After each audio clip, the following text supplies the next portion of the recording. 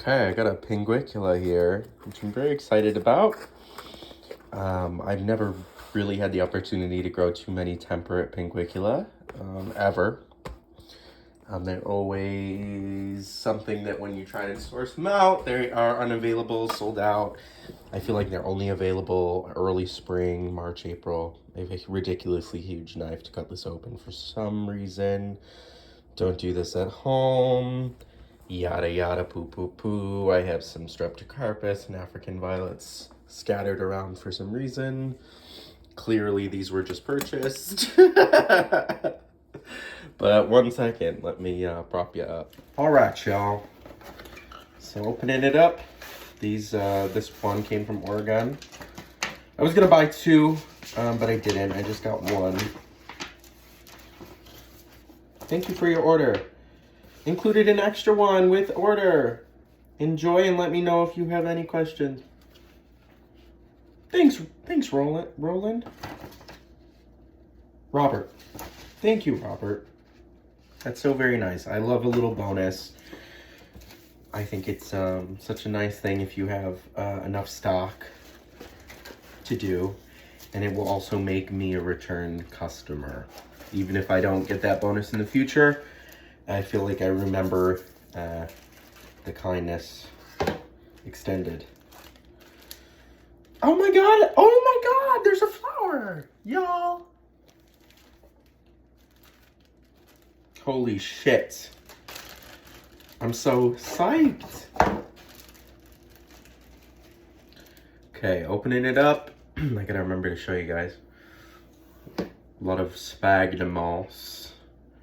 Wet paper towel. All right, I'm gonna bring the phone back down.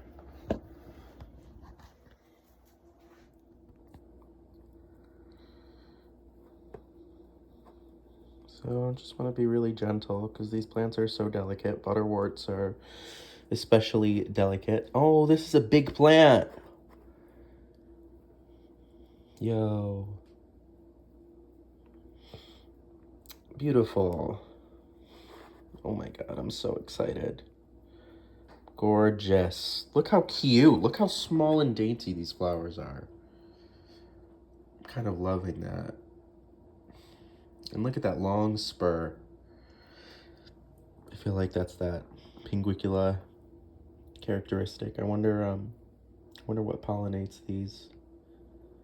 Something with a long tongue. A proboscis.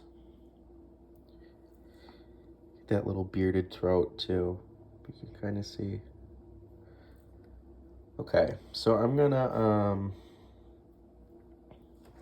grab a couple of pots and some media.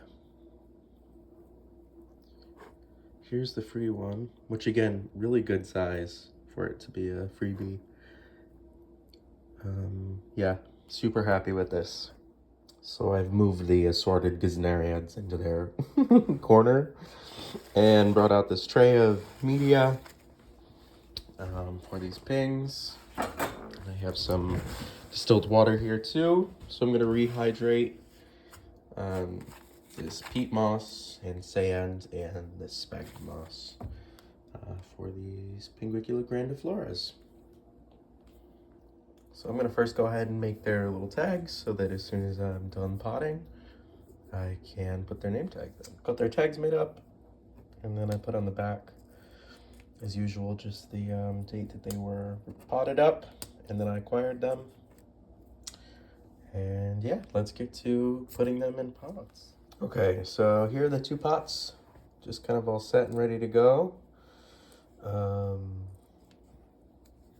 going to make 2 small holes, which I just did. This soil mix is peat moss sand, and then a little top layer of sphagnum moss. Should just do the trick for these guys. Again, I'm going to be really gentle, just kind of inserting the plug of its roots system just sort of down into that depression I made really carefully. And then I'm going to pack in some sphagnum moss around it. And some more substrate. Again, I didn't even tell you guys when I first unboxed these. These are Pinguicula grandifloras. So these are European species. They have a very wide range of distribution. I think they're found in,